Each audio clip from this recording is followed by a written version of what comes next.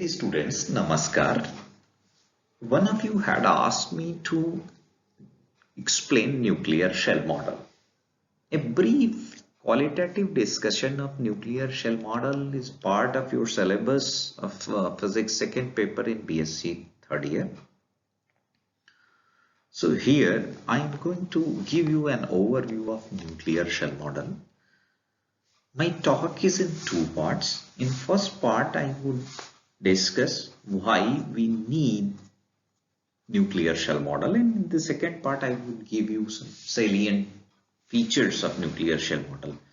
I have purposely divided this talk in two parts because it would be easy for me to upload this talk and presentation to your WhatsApp group, and I request you all to go through this presentation and talks 2 or 3 times and then let me know if anything else is needed in this regard. I would also like to listen from you if you want a separate video and presentation in Hindi, or it is okay for your understanding to use this simple English which I am using here. So here I go. So when I say that nuclear shell model is a model of the nucleus, I expect a question from you. What does a model do? And I answer it within a statement that a model creates an artificial structure to mimic the real structure. To explain my statement, I remind you a model which you have studied in your BSc first year syllabus, and this is the model of ideal gases. You try to mimic the structure of ideal gas by replacing each molecule of ideal gas by a hard sphere which is moving randomly inside the container. The walls of the container are perfectly elastic. This assembly of hard spheres is inside the container, and the hard spheres are hitting continuously randomly on the walls of the container, and they are colliding with each other. During this collision with each other and hitting on the walls of the container, they are exchanging linear momentum. And in terms of this exchange of linear momentum, you tried to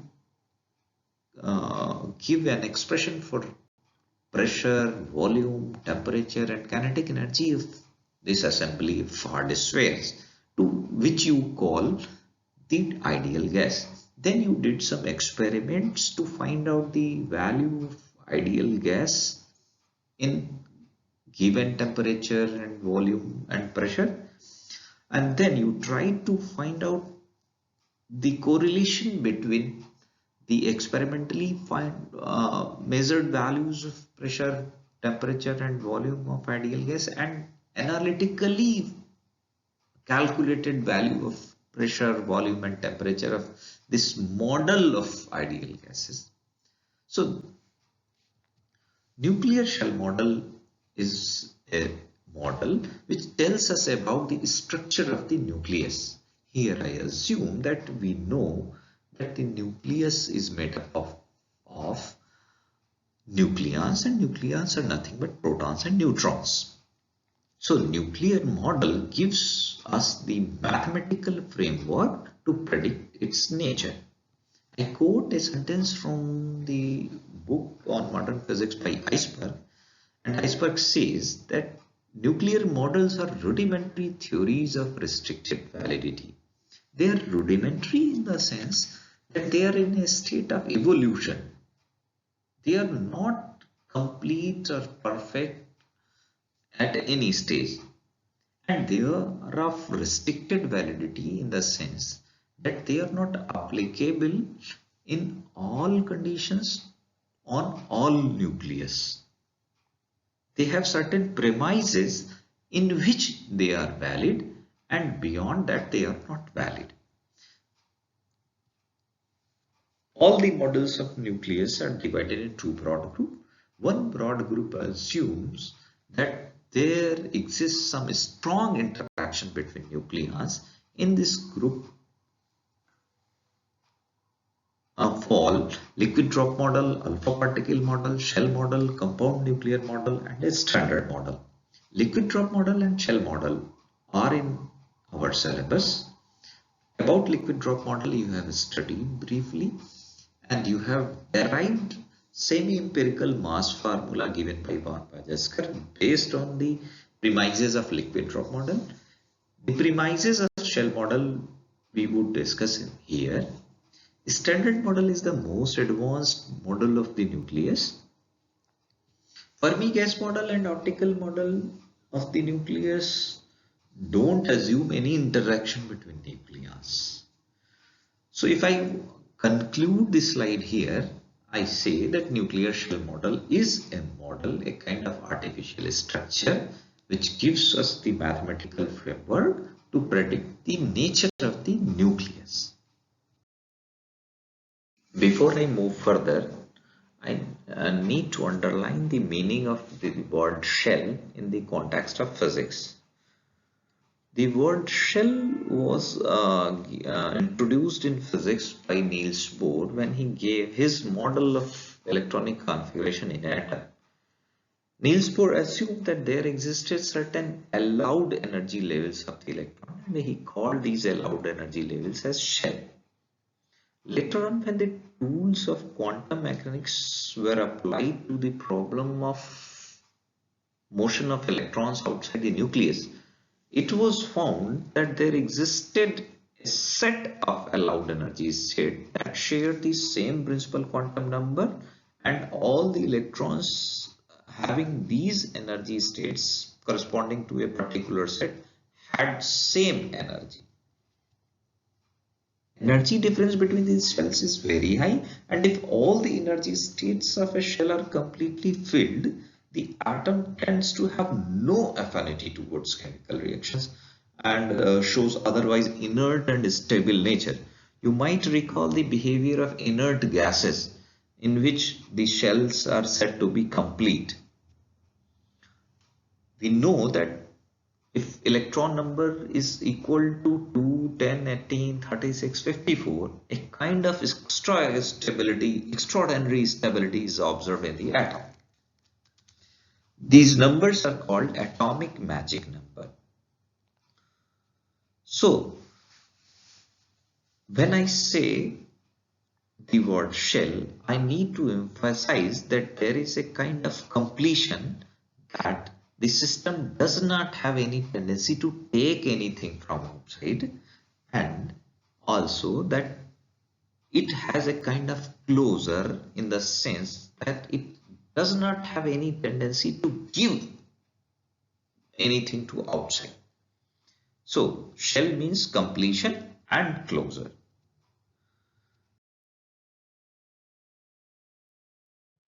So why do we need to introduce the notion of shells while modeling the structure of nucleus? What is the motivation behind nuclear shell model? Motivation for nuclear shell model comes from a few experimental observations. It was experimentally observed that nuclei with certain values of Z or N or both Z and P are unusually stable. This unusual stability for certain nuclei is a kind of departure, a significant departure from their average expected behavior.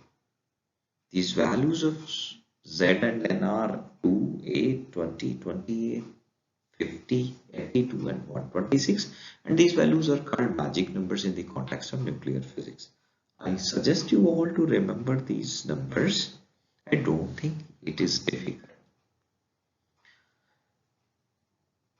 Unusual stability for certain nuclei indicated a kind of closure and completion inside the nucleus, and this unusual stability gave rise to the notion of shells for the nucleus. There is a prevalent nomenclature in nuclear physics. For example, we call a nucleus as a magic nucleus if For this nucleus, either N or P is equal to either 2 or 8 or 20 or 28 or 50 or 82 or 126. There is also another kind of nucleus which is known as doubly magic nucleus. For this nucleus, both N and P are magic numbers. This is the list of doubly magic nuclei. I suggest you all to go through this list and try to calculate the value of neutrons, that is N. See at the serial number 5, calcium 48 is given. For this, Z is equal to 20 and value of N is A minus Z, that is 48 minus 20, and N is again 28. So for calcium 48, Z is 20, which is a magic number. N is 28, which is again a magic number. So calcium 48 is a doubly magic nucleus. Try to remember these doubly magic nuclei.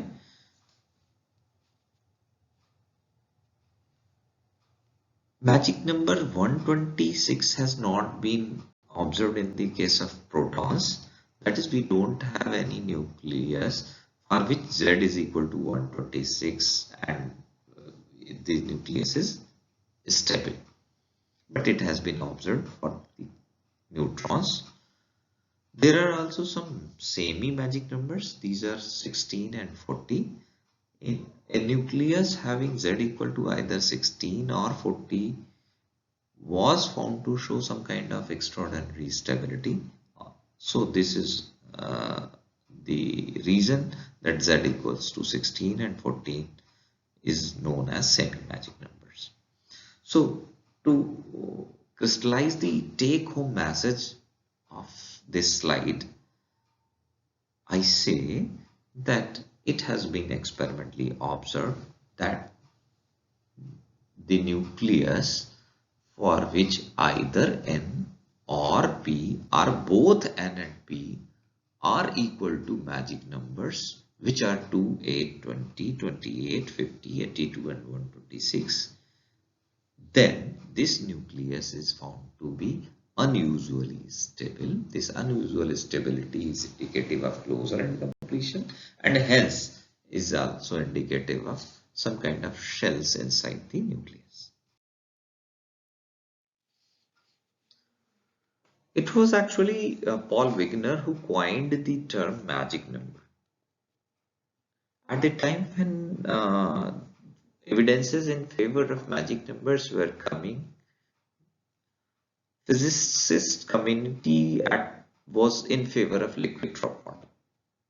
This is a quote from Stephen M. Moskowski, who was a student of Maria Goeppert-Mayer, and I quote it.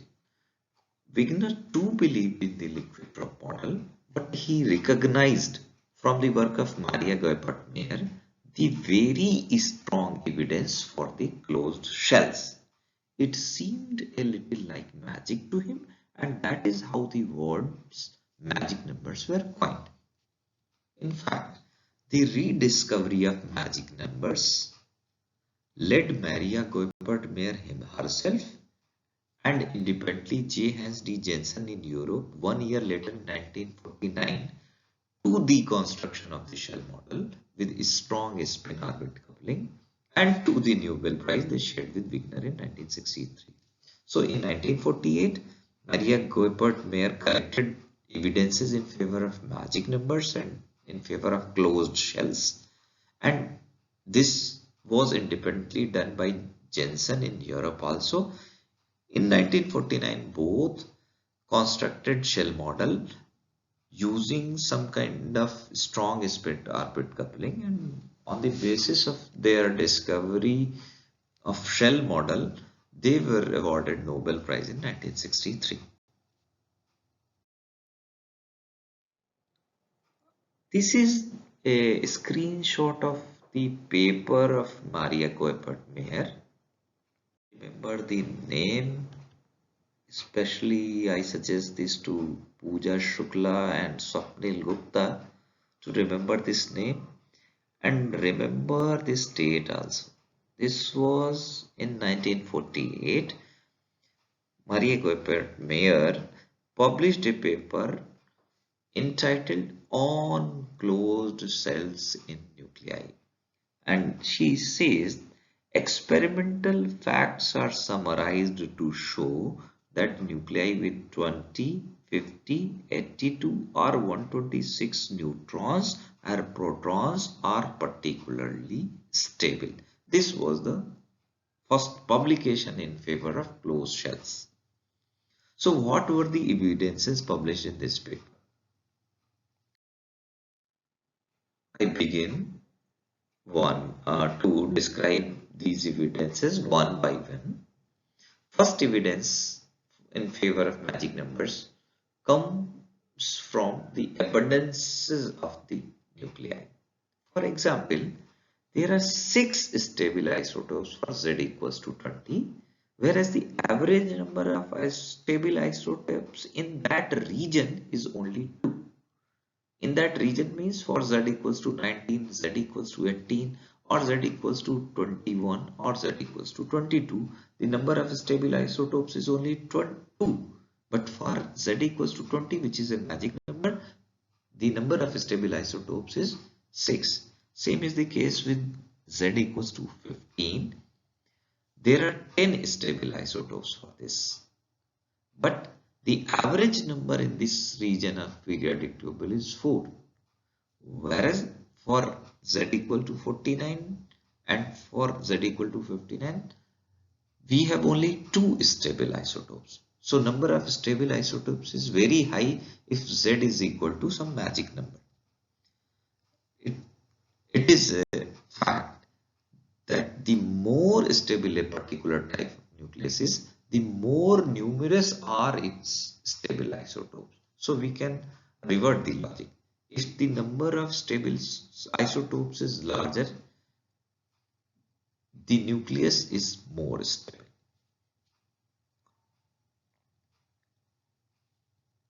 For even n neutron case, for n equals to 20, number of stable isotopes is 5. For n is equal to 28, number of stable isotopes is 5. For n is equal to 50, number of stable isotopes is 6. For n is equal to 82, number of stable isotopes is 7. N equals to 19 and n is equal to 21 has only one isotope, and for potassium there is no stable isotope. For odd Z nuclei, pairs of stable and log nucleides but with the same even number of neutrons occurs only at either at n equal to 20 or n equal to 50 or n equal to 82. These all values of n are magic numbers. Also, the study of absolute abundances show peaks at Z equal to 50, Z equals to 50, n equal to 50 for n equal to 82, for Z equal to 82 or n equal to 126. Thus, these elements are more stable than their neighbors. It is from the abundance that we are getting some indication for their unusual stability. Next evidence for the existence of magic numbers comes from binding energy per nucleon curve, that is B on a curve. Plot for binding energy per nucleon curve against A, that is mass number, shows special stability for the higher magic numbers, that is 28, 50, 82 and 126. This is the binding energy per nucleon curve. On y-axis, binding energy per nucleon is given, and on x-axis, A values are plotted.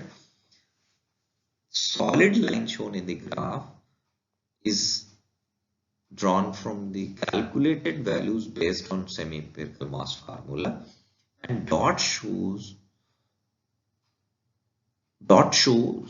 the experimentally observed value of binding energy per nucleon. There are certain peaks visible here. The first peak which I notice here is at n equals to 28. The next peak is at z equals to 22. Next peak is at n equals to 50. Then at z equal to 50. Then at n equals to 82. This last peak is at z equal to 82 and n equal to 126. These peaks in binding energy per nucleon curve indicate that these nuclei are unusually stable. This unusual stability is indicative of completion and closure, and hence of existence of shells inside the nucleus. Special significant changes are at three places. First is at strontium, where A is 88, Z is 38. For this, neutron number is 50. So this indicates the completion of n equal to 50 shell, that is 50 neutron shell.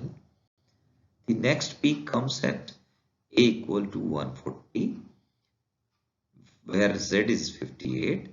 N value is for this 82. This means peak in binding energy per nucleon curve indicates completion of the 82 neutron shell. The last and very prominent peak occurs at A equals to 208, that is the lead. For this, Z is equal to 82 and N is equal to 208 minus 82, that is 126. This peak indicates the completion of 126 neutron shells. Next evidence for magic numbers comes from binding energy of the last nucleon, which is also known as separation energy. We must remember that it is a measure of stability more sensitive than binding energy per nucleon. That is En or Ep is the minimum energy required to separate a neutron or proton from the nucleus. That means En is the minimum energy required to separate a neutron from the nucleus, and Ep is the minimum energy required to separate a proton from the nucleus. Since last neutron or proton is to be separated, this En or Ep is usually called as the binding energy of the last neutron or proton.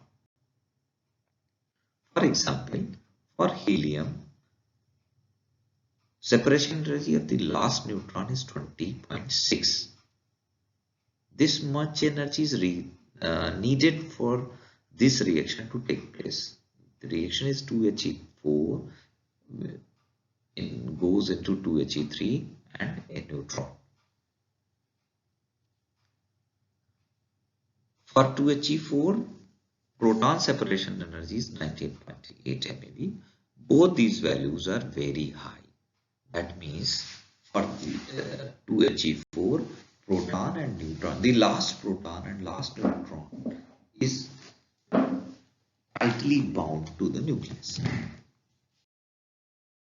To investigate further the nature of variation of neutron separation energy, we plot delta E values against number of neutrons. What is delta E? Delta E is En minus En SEMF.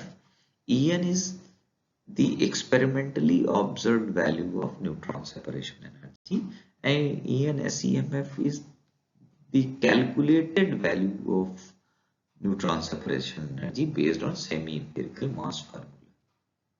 This is the curve of delta E plotted against number of neutrons. Notice 4 places here which correspond to n equal to 28, 50, 82 and 126. What do you notice? What you notice that delta E is exceptionally high at n equal to 28, n equal to 50, n equal to 82, n equal to 126. Delta is very high, that means neutron separation energy is very high. That means the last neutron is very tightly bound to the nucleus. That means there is a kind of closure of shell at these values of neutron numbers. The next evidence for magic numbers comes from the nature of stability of last nucleon added to magic number nuclei. Data showed a sharp reduction in the binding energy of the last nucleon added to the magic number nuclei. For example, a neutron is added to n equal to 126 nuclei, or a proton is added to z equal to 82 nuclei. Then we find that the binding energy is very small. There is a sharp reduction in the binding energy. What does it mean? If we add a proton beyond above z equal to 82, it is very loosely bound, and if we add a neutron above n equal to 126, it is very loosely bound. That means shell is almost complete at z equal to 82 and n equal to 126. Evidence for magic number can be drawn from delayed neutron emission and its nature. The known delayed neutron emitters are three. First is krypton, for which Z value is 36 and A value is 87. That means number of neutrons, that is N, is equal to 87 minus 36, that is 51. 51 is 50 plus 1. The next delayed neutron emitter is 54XC 137. For this, N is 137 minus 54, which is again 83, which is 82 plus 1. For 8O17, N is 17 minus 8, that is 9. Most of these spontaneous neutron emitters have N equal to, that is number of neutrons equal to magic number plus 1. So what is the logic here? If number of neutron is 1 greater than the magic number, the last neutron is loosely bound and it is spontaneously emitted by the nucleus. This again indicates that neutron shell is closed at n equal to 8, n equal to 50 or n equal to 82.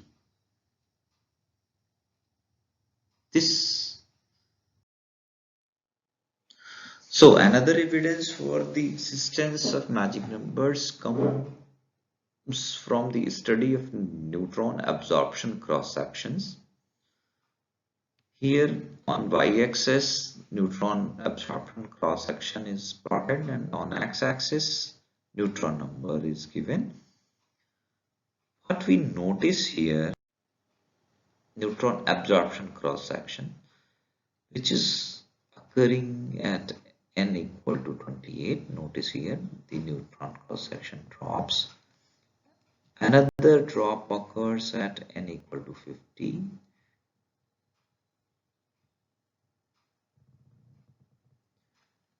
The next drop occurs at n equal to 82. A very sharp decrease in neutron absorption cross section is noticed here. It goes down and then it starts increasing. The last drop plotted here is at n equal to 126, which is the case of lead.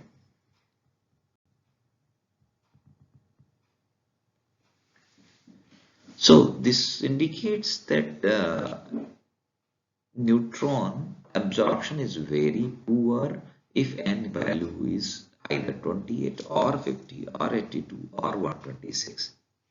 This poor tendency to absorb an extra neutron if n is 28 or 50 or 82 or 126 indicates that shell is closed. It is not ready to take another one. I hope that you remember the meaning of absorption cross section. If not, go to the book and revise the concept. The next evidence for the existence of magic numbers come from the study of nature of decay series, the last product of all the natural radioactive series is lead, for which Z is 32 and N is equal to 126, and both these are magic numbers.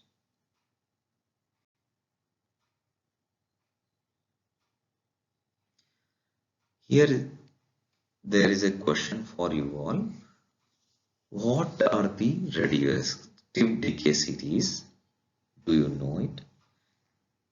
If not, go and revise the concept of radioactive decay series.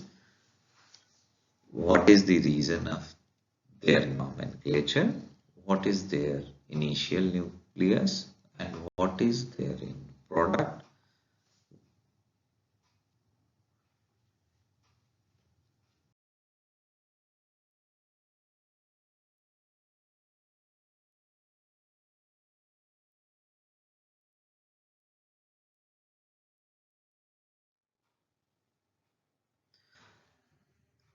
Another important evidence in favor of existence of magic number comes from quadrupole moment of the nucleus.